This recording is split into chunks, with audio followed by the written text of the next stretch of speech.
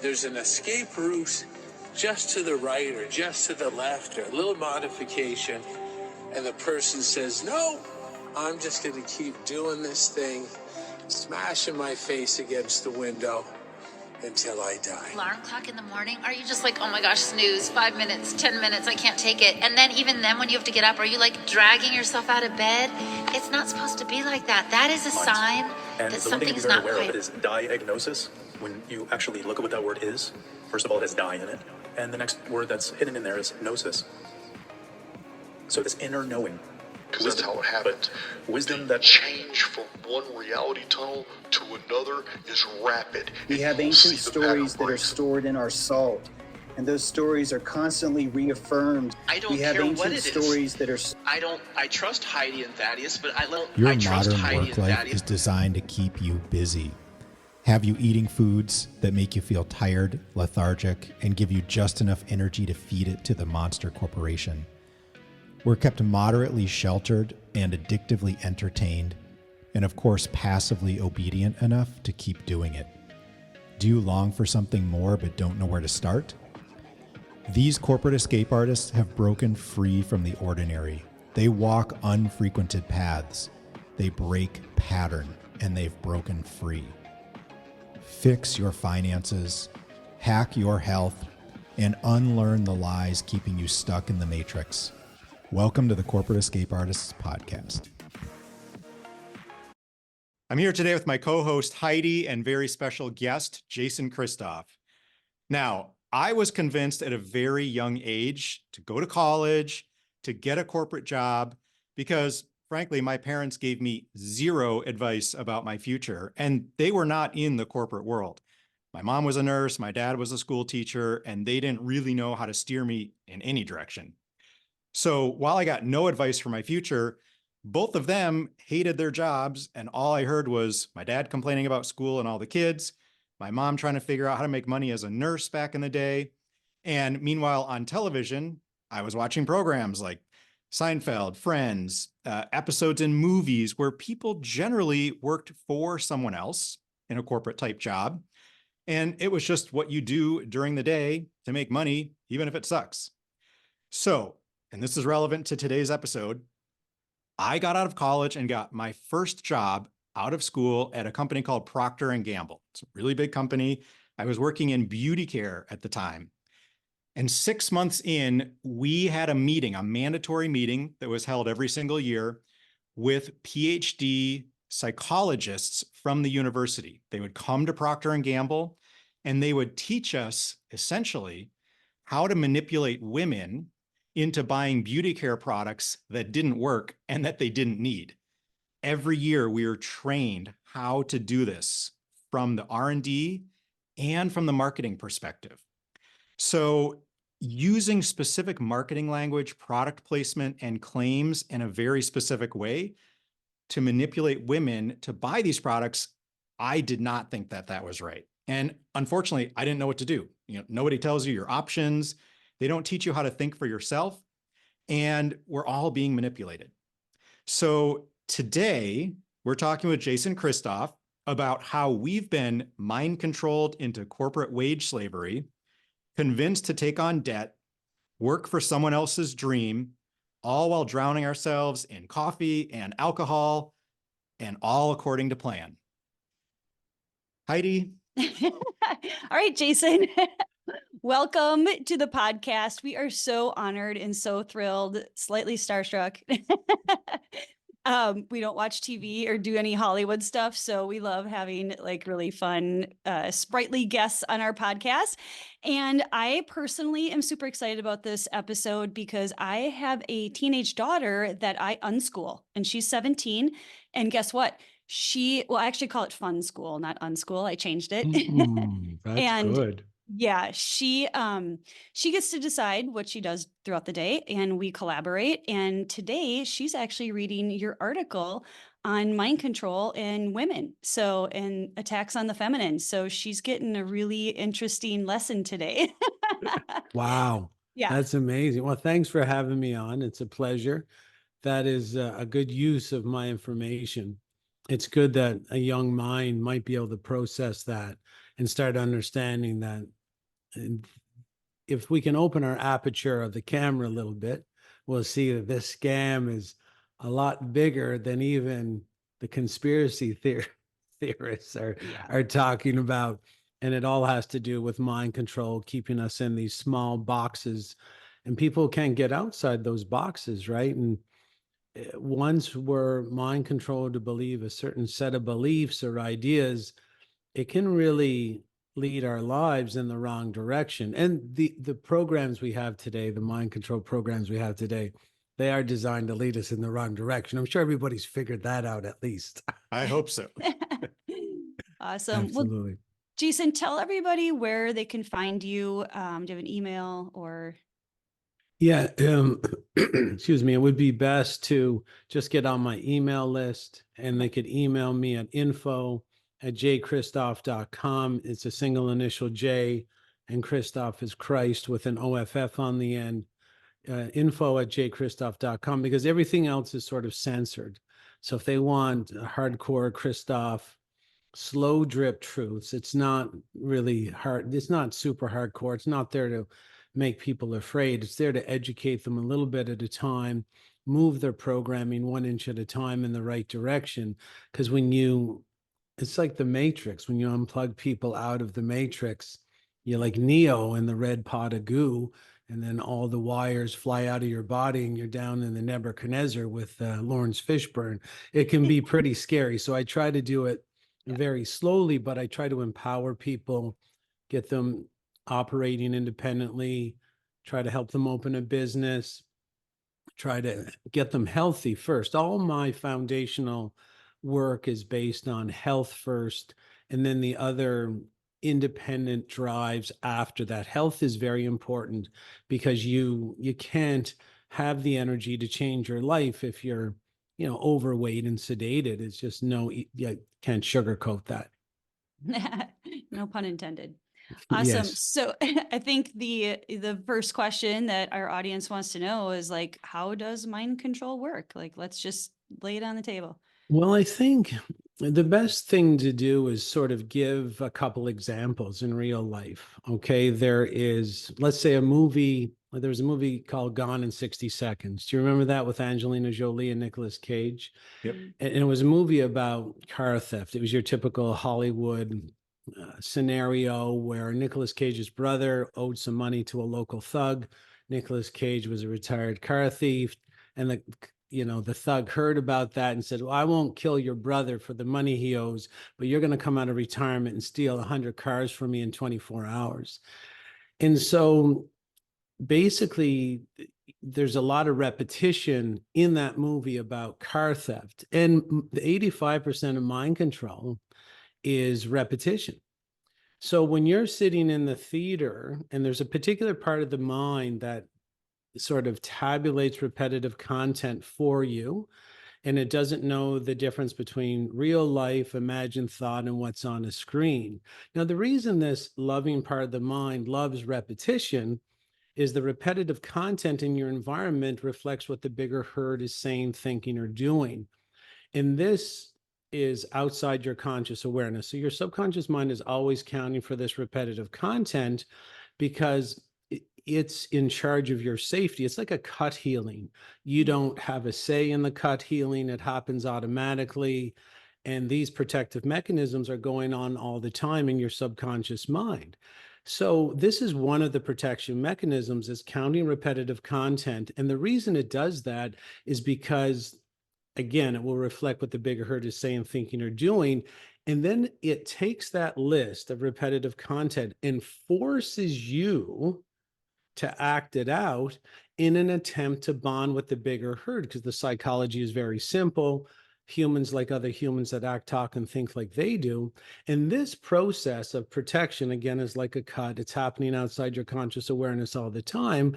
And if we go back to this, this one example here, there's a lot of car theft in this movie.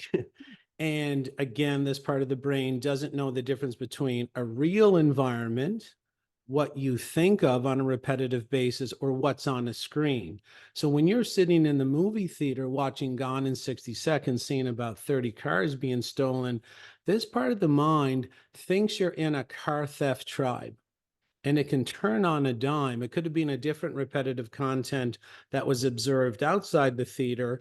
Now you're in the theater. This part of the brain thinks you're in a car theft tribe and is downloading the repetitive content on car theft. Now, to bond with the car theft tribe, obviously, you should be stealing cars.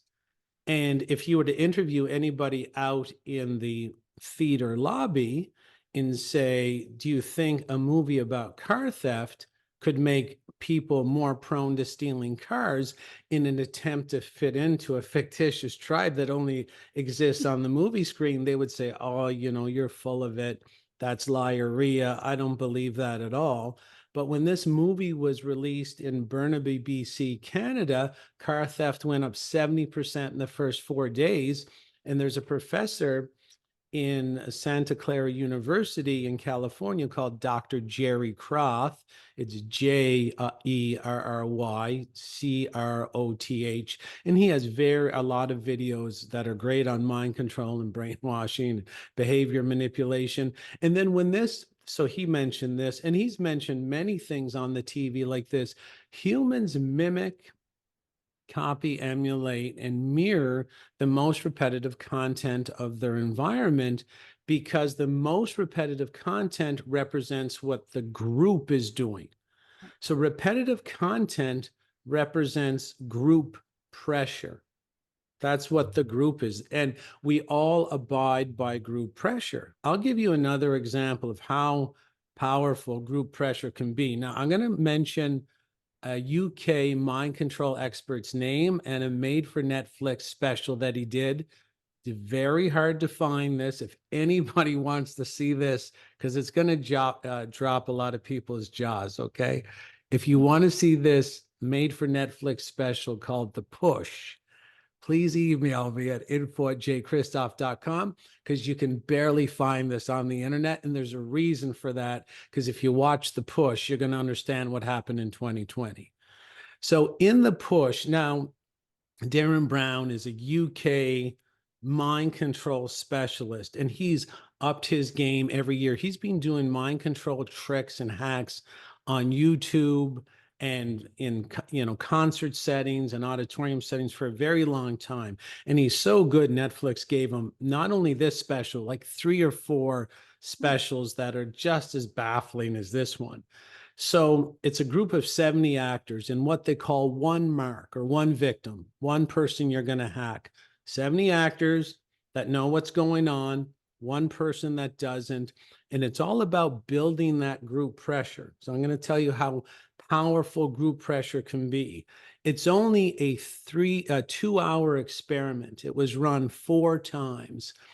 It ends where the group pressure, after the 2 hours, there's the one victim, he's on the roof.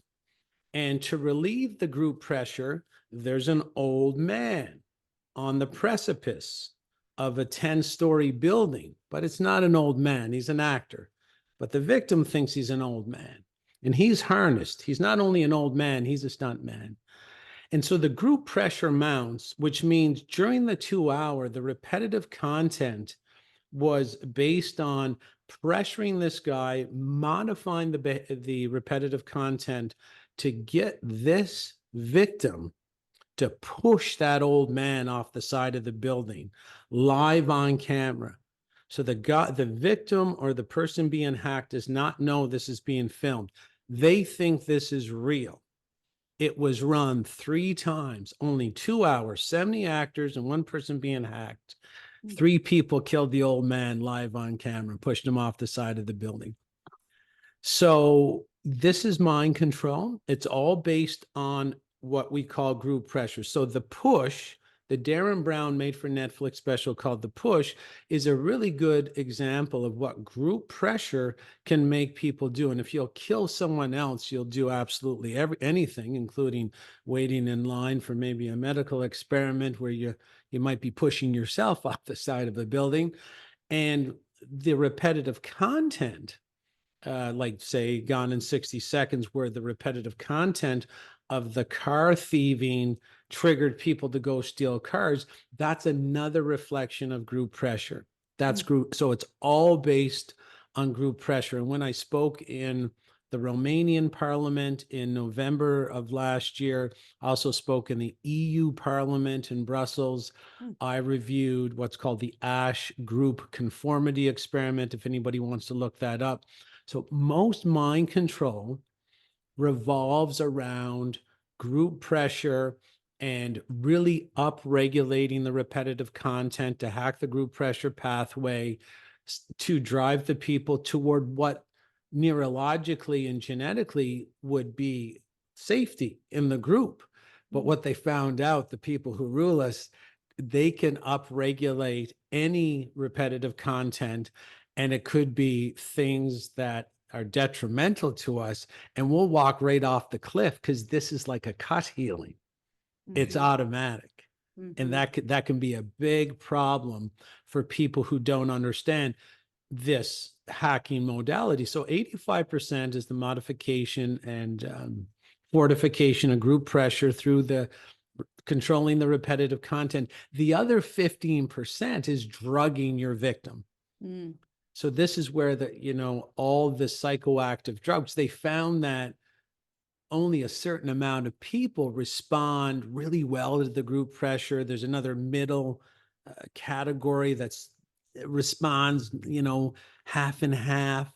But they found if you caffeinate them, give them coffee, give them booze, give them marijuana, give them all these other poisons, when your body's poisoned, it needs the group more because you're weaker. And so they found that weak animals are really lusting after the group because the metabolism sort of makes the declaration like, you're too weak, Jimmy, or you're too weak, Phyllis, to go against the herd. So the repetitive content bites harder inside someone who's poisoned.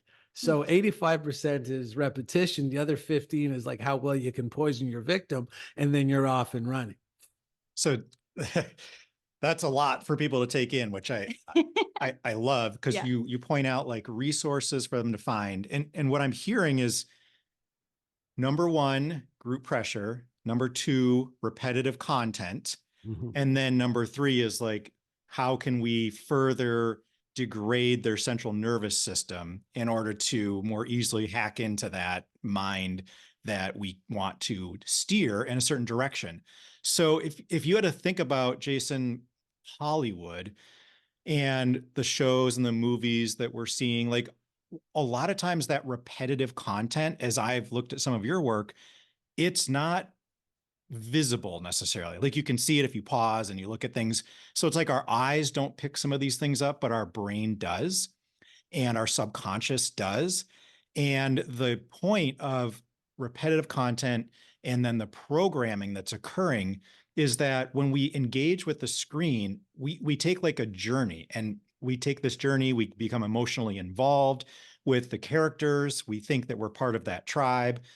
And what you said, that the brain, the subconscious, doesn't distinguish between what happened in the screen and what happens to us in quote unquote real life. So our subconscious and our brain thinks that we actually did those things. And so that type of programming, I think most people have no idea, A, that that's going on, and B, they don't understand enough to pick up what's happening in the movies and the television shows. So is there anything, Jason, that's like a common theme in Hollywood and the television shows? Like where are they trying to take us? Or are they just trying to make us more easily hijackable?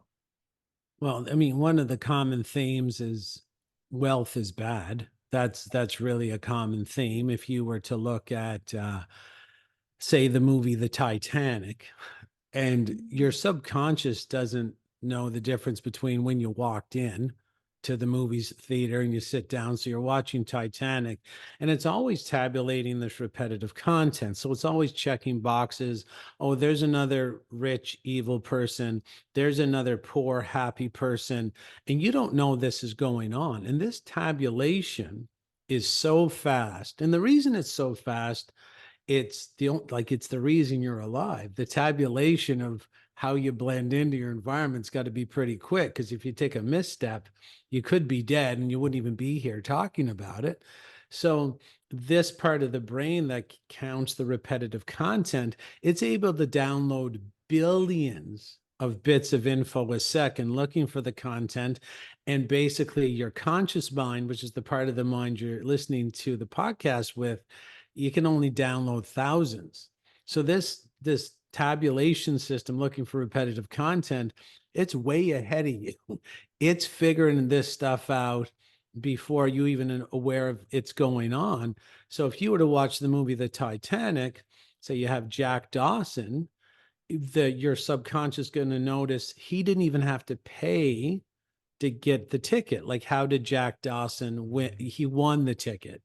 He didn't have to buy it. So he bypasses that ugly, dirty, root of all evil money aspect.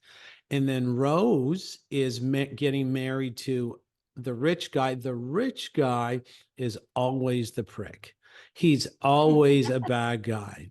And so she's up in the first class cabin and she's in not having a good time, because being rich is boring.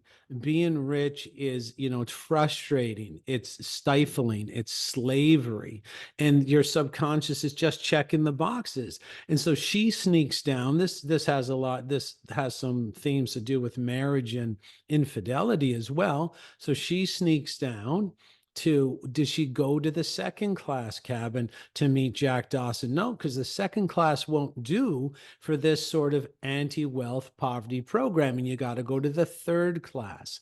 Now, Rose kicks open the door, and it's this big differential between the first class cabin and the third class cabin, where everybody's having a great time. Poor people are more spiritual. Poor people are happier. She's down there. She's having the time of her life, connecting with herself. Someone's playing the accordion. Someone's playing the spoon. She's spinning around. And, the camera's right, at her neck level and following her spinning. And this theme is so common, this anti-money, rich people are evil. Being poor is the higher moral ground. It's spiritual to be poor. You're happier if you be poor. Look at The Equalizer. The Equalizer with Denzel Washington. He's so poor, he's got one pair of shoes he cleans with a toothbrush every single night at the same time, because, time is precious. He's always looking at his watch. And where does he work? He works down at the Home Hardware. He's the salt of the earth, the protector. And then all the rich people, like in Equalizer 1, he works at Home Hardware. And of course, it's the pimp, Slavy, who's beating up the prostitutes, showing his gun, showing his gull wing door Mercedes, being a real prick. And it doesn't matter what movie you watch. Even like in, is it Spider-Man, the Green Goblin? He's a rich guy. Mm-hmm. Spider-Man is the poor guy, poor Uncle Ben. He's not rich, but at least he's honest. And these kind of things are tabulated constantly, because if you're in the ruling group and controlling the media, which they do, you got to make sure you don't have any competition at the top. So there's no better way to do that than to trick the slave class into thinking that being wealthy and having options and having abundance is a negative thing. And the other theme is, around males. You have Homer Simpson. You have the Family Guy, Peter Griffin. And even in the Family Guy, Peter Griffin has a big belly. His wife, I don't remember Peter Griffin's wife, but she's thin and she's normal. And Peter Griffin is a moron. And then the baby Stewie, which is a male, he's a psychopath. He's always trying to kill his mom. And then Brian's the dog. He's an alcoholic. He's always walking around with the martini glass.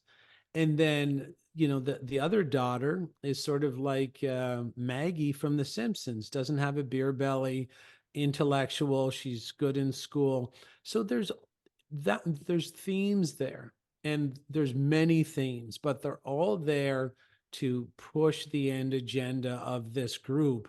The end agenda is sort of the death of men, making beta males, getting rid of the alpha males, because this is a very ancient group. They've had losses in the past. This thousands of years old, this group, trust me, and they've written down their losses and they've written down their wins. And they know that when they have lost in the past 5,000 years, they've always lost against strong males. So they have agendas for the males. And of course, a male without money he doesn't know how to perform his magic that well. So you can see weakening. There's every sort of psyop is about weakening the population, because don't forget, in mind control, the weaker you are, the easier you comply to my command. And that's what my mind control really is. I hope that makes some sense. That's fascinating. When you're talking about the movies that were displaying that wealth disparity, I didn't say that right. Disparity. It's good. I understand. New word. Yeah, I make up my own words. I'm a creative. No, I was thinking of Caddyshack, and think of the the evil wealthy man with the son who's just a brat, right? Like, I don't know their names, but Rodney Dangerfield. yeah. Well, and it goes back like, but the captain, the guy, remember the guy that owns the country club? Yes, I do remember. I think it was, I can't remember, but I know exactly what you're talking about. You can find it in any movie. Right. Yeah. So Even The fascinating. Marksman, right? Even The Marksman was a movie with Liam Neeson. And even the movie like Taken with Liam Neeson, where he shows up. I mean, this is the first Taken. There's so many more after that. But the first Taken flick, it shows him coming again, normalizing the divorce. So he's coming to his daughter's birthday party. He's got a shittily wrapped present.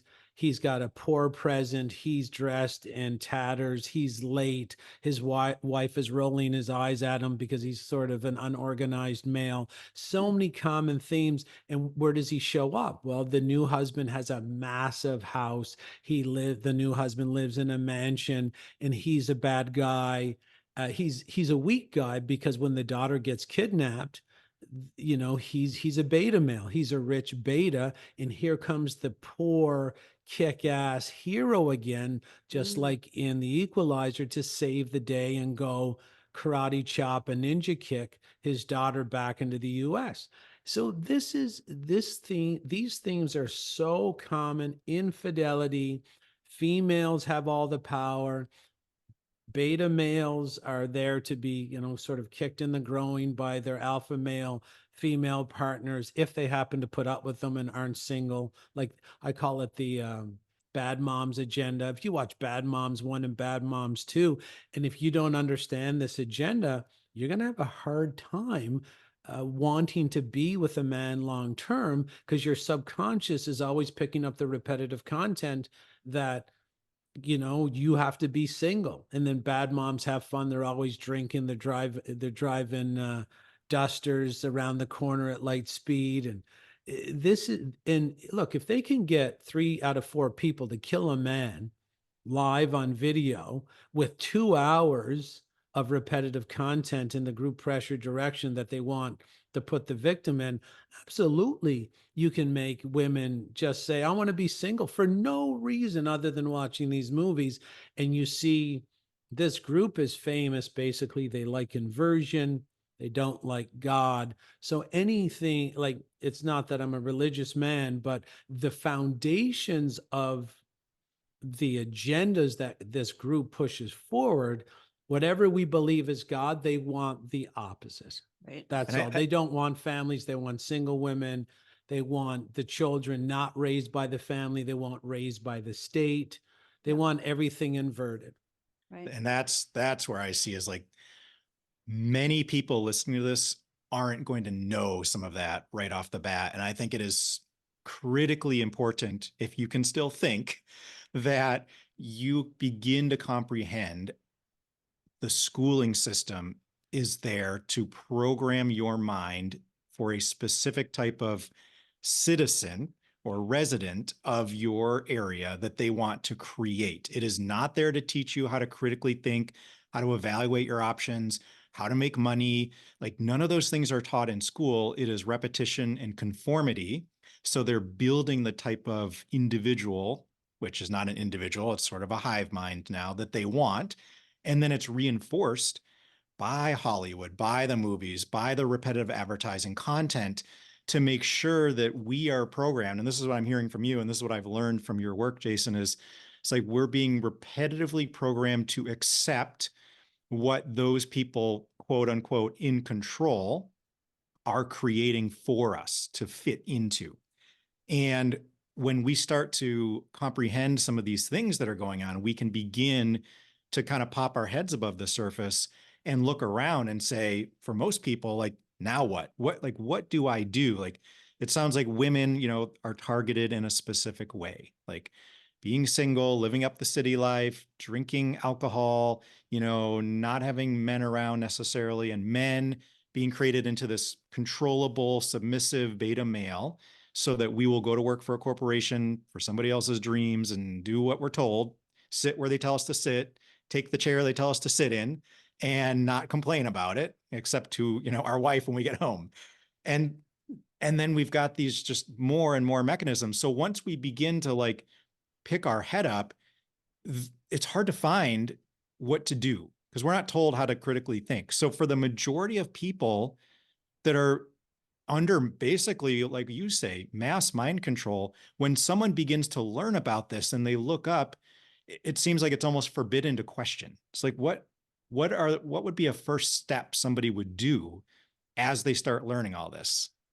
Well, the first step is easy because mind control is based on the weakness of the victim. So even if you take a case like battered woman syndrome, I'm not too sure if you're aware of that. It's where the female in an abusive relationship breaks out of the mind control, has what's called a program breakdown. And before the abuser strikes her down again, she kills him. And it's a defense. It's a legal defense in the court of law, battered woman syndrome. So basically, mind control is based a lot on weakness. Even if I were to tell you to take a medical experiment or you will lose your job, even though morally and ethically you know it's wrong, how about if you're weak financially? So you still comply. You still walk into the sacrificial volcano because you're financially weak. And maybe the battered woman was getting her husband's slippers and his newspaper and not leaving the house and not talking to her friends on the phone because she was physically weak or emotionally weak. What I'm trying to say is that mind control is easier when you're weak, when you don't have the skills and the strength to say no. So the base foundational strength is physical. So you have to have physical strength, emotional, spiritual, financial, and intellectual strength. So that's a 5-pillar strength system. The primary pillar that the other 4 sit on is physical strength. So if you need to know how to get physically strong in order to build the energy to change your life or change the other 4 pillars, you have to get healthy. And the best book ever written for what it means to be really healthy, not like fake healthy, you passed a couple blood tests. I mean, really healthy in the real world, outside the matrix. You read Paul Chek. Paul Chek is spelled Chek, and his book is How to Eat, Move, and Be Healthy. That's the only book you'll need. And once you get your brain back online, which is very important because there's 2 parts of the brain, one near your forehead, which is the very intelligent, creative, warrior-like, high IQ portion. And there's the fear-based portion, which is the limbic system, which is in the back of your head, more towards your spinal column. And for you to get the good part of your brain back on, you got to be healthy. And that's the reason this group will not only mind control your repetitive content to make you very messy, they'll use repetitive content to make you drink, say, coffee, which is their favorite trick, because coffee shuts off blood flow to that part of the brain by about 80%. So caffeine shuts down what's called the prefrontal cortex or frontal lobe, and that's the part of your brain that you need to say no. So if they can actually deactivate the part of your brain that can say no to slave master, the only option left is to say yes. And so they're sorcerers. This is why they call this pharmakia. I mean, and this is where we get, farming from. They're farming us with pharmakia. Pharmakia is just sorcery that sort of puts you under a spell. So if I can put you into a theater, and the most repetitive content in all Hollywood production is a takeout coffee cup, a coffee mug, an espresso machine or a percolator coffee machine on the back counter of a kitchen, or like a coffee shop like the Central Perk and Friends, you're going to drink coffee. And I just put you under a dark spell, because if you go out and drink coffee, you have no access to the part of the brain where you can unslave. You only have electrical conductivity in the limbic system, which is the slave part of the mind. And this group does this for a living. They've been doing this for a living for thousands of years. If you go to Google and put in country media, the country media, it'll come up. Media was a real country where Iran or Azerbaijan is today, and they taught all this stuff, how to control the repetitive content, how to use psychoactive drugs and narcotics on the population to deepen the effect of the repetitive content, where you could have a ruling class completely control millions of people in this way. And this is where we get the word media from today, because this is where we get the word medical. Medical and media basically start with the same two phonetic sounds, which is me, die. People don't even notice that. Like, how could you not even notice that medical and media start with me, die?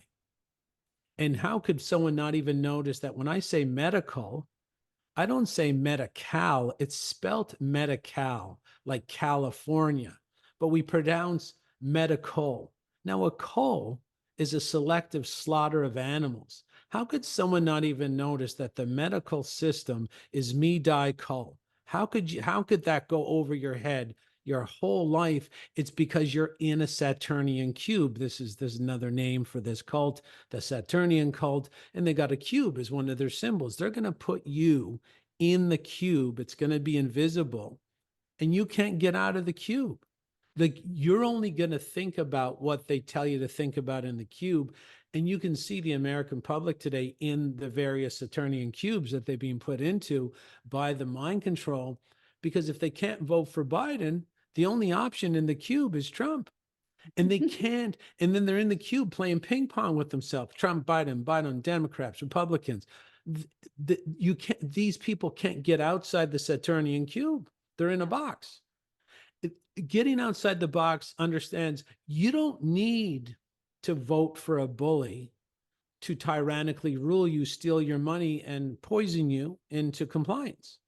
Who in their right mind would think it's rational and logical to wait in line and demand someone steal your money and poison you and your family? That's the Saturnian cube. This is the power of mind control. This is how old this cult is. That's such good information. It is. It's like the graduation cap, right? Just to say, like, what do you mean cubes? We don't see those anywhere. Like the graduation cap. The There's no purpose board behind that. What'd you say, Jason? It's a mortar board, which is what a bricklayer puts his the paste or the cement that goes in between. So this is what they use to build the cube, to build the wall. It's a trowel and mortar board. And that's why the Freemasons, they were the builders, and they're going to build their world by building your mind. They can't colonize the world until they colonize your mind. And the average person has no idea how these things operate, and they're in their own cubes. And one of the cubes, of course, is the corporate job, right? When you go to the school, no one teaches you how to fill out a business plan. Zero. No one. And your mentors are people that have escaped into the government system, people that rely on the theft of their neighbors. Because for a teacher to have a job, the government has to go steal money through threat of violence or jailing from other people. This is the occupation this person has decided to take on. And these are the mentors to the children. And of course, repetitive content leads the way. So if you have a teacher showing up and they're on antidepressants, drinking their Starbucks coffee, and they're doing stuff that they don't like doing, and that's repetitively imprinted into the child automatically is going to think this is life. Yeah. I got to go work a job I don't like. I got to take drugs and caffeine, alcohol at night. I got to take these tranquilizing substances to dull the quiet whispers of my soul. And this is life. I'll work for 30 years miserable. And then finally, when I'm 65 in a wheelchair, someone can roll me out to the beach in the Bahamas. This is a pipe dream that's sold, through repetitive content. And the great thing is a lot of people are starting to understand this. This is not big news. People are starting to see the system and dismantle it one Lego block at a time. Totally. I was just going to comment. I was in the education system. I worked as a substitute teacher, and man, did I have some really intense experiences, because I was like starting, a lot of my waking up periods at that time too. And in 2020, I went in, Jason, and I was showing kids like the microwave radiation that came off of the Wi-Fi router that was in this cell block. I'm not kidding. Cell block room. There was not one window in this place. And there was a Wi-Fi router in the middle of the room, and every kid, it was a high school, and every kid in there had a cell phone in their pocket. And I was like, oh my God, I can't even, it was the most disgusting, and fluorescent lights, right? Like the most unhealthy, harmful situation you could possibly be in. I showed them what all the microwave radiation looked like on the Acousticom electrosmog meter. And they were like, what? They're like, why doesn't anybody, they were pissed. They were like, why doesn't anybody teach us this stuff? And two things, I was like, I mean, I'm just here to show you guys this stuff. Like, I don't want to ruffle any feathers, but I was being like a rogue, substitute teacher. I was teaching them, undermining the system. And I got banned from ever going back to the high school again because I did that, and I took them outside. God forbid I give them some sunshine, And they said, I learned more from you in 1 hour than I have from this dumbass in this entire year of science. And I was like, absolutely. And the children are being conditioned to do things they don't want to do, and to go to places they don't want to go to. Because no one wants to go to school and leave nature. Mm-mm. So we get conditioned through repetitive routine that this moving out of nature into a square box to do things we don't like to do just because other people are doing it is normal. And then when the bell goes off, we're taught that's our free time. Now it's time for me to screw around, to go have a drink, to go eat some junk food, to just pleasure myself to death. Influenza. And you can never be a success. For even someone like me, I still work 12 hours a day. The businesses I've opened or partnered in or helped people open have grossed over $250 million. And you can't take time off where you're working some job you don't like, and then the bell goes off and I'm going to go drink wine or have a vape stick in my mouth, watch TV and fetter 3 hours away. I mean, I figured it out that if I watched 3 hours of TV a night, I would literally lose $250,000 a year. Wow. So how exactly are kids supposed to go on these cycles and then not repeat the same cycles in adulthood where they work jobs they don't like, even though they don't like doing it? And then when the day's over, they crank up the songs on the radio, bebop home, have a glass of slave poison. Alcohol's the drink of the slave. and watch TV, with your loved one. You're going to cuddle up on the couch with someone you love and watch Hollywood actors shoot and stab each other. Are you not understanding what's going on here in this world where you're being used as basically a honeybee in a human bee colony? Yeah. Is that they allow you to gather wealth, just like the way the bee farmer allows you to produce honey. And then there's the harvest time, and the bee farmer comes and steals the honey. And what we're in right now is called the harvest time with this ancient cult. They're coming in to get our honey. That's what they mean by you'll own nothing and be happy. They're trying to steal every bit of wealth that we've accumulated in the human honey farm. Yep. And people aren't putting this together whatsoever, that it's a cycle. It's very old. And the setup to get us into these cities is to coat the cities in perpetual self-gratification, perpetual fun, party like it's 1999 in an old Prince video.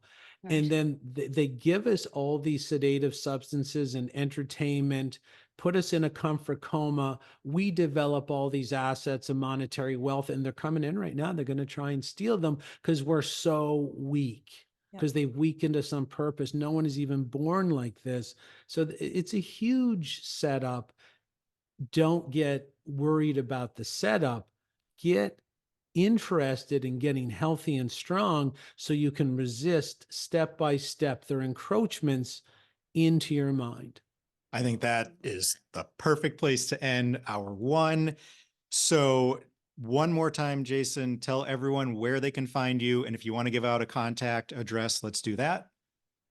Well, if people really want more depressing yet very interesting information like this, they could definitely get fed it 3 or 4 times a week on what's called the Christoff report. And they can get that uncensored report. You can email me, get on my email list at info@jchristoff.com. And I'll just slow drip you the truth over time. Do what you want with it. Take what you need, leave the rest, start where you are, use what you have, do what you can. It's about progress, not about perfection. So just step up into your best self, because this system runs on you running east looking for a sunset. It runs on you rearranging the furniture on the deck of the Titanic, and it runs on your dependency and weakness. So the stronger you get, the more you dismantle the system. Beautiful. Awesome. Well, thanks everyone for joining us for hour one. If you're a member, join us for hour two, where we go anywhere from 15 minutes to another 2 hours, depending on how much we want to talk about. You can do that at the membership. Be sure to join us over as we begin hour two, where we're going to talk about Jason's story and how the heck he got into what he's doing, and some more wordplay that I was picking up on as we were having this discussion with Jason. All right, everyone. If you want to be a corporate escape artist, head on over to howtoescapecorporate.com and sign up for the How to Escape Corporate Without Leaving Your Job course. Learn the exact methods to go from employee to entrepreneur. Turn your corporate existence into a corporate wonderland. It's time to take action. howtoescapecorporate.com.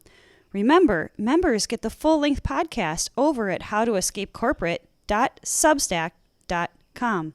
Become a member for $8 a month for the full podcast and members-only articles and videos.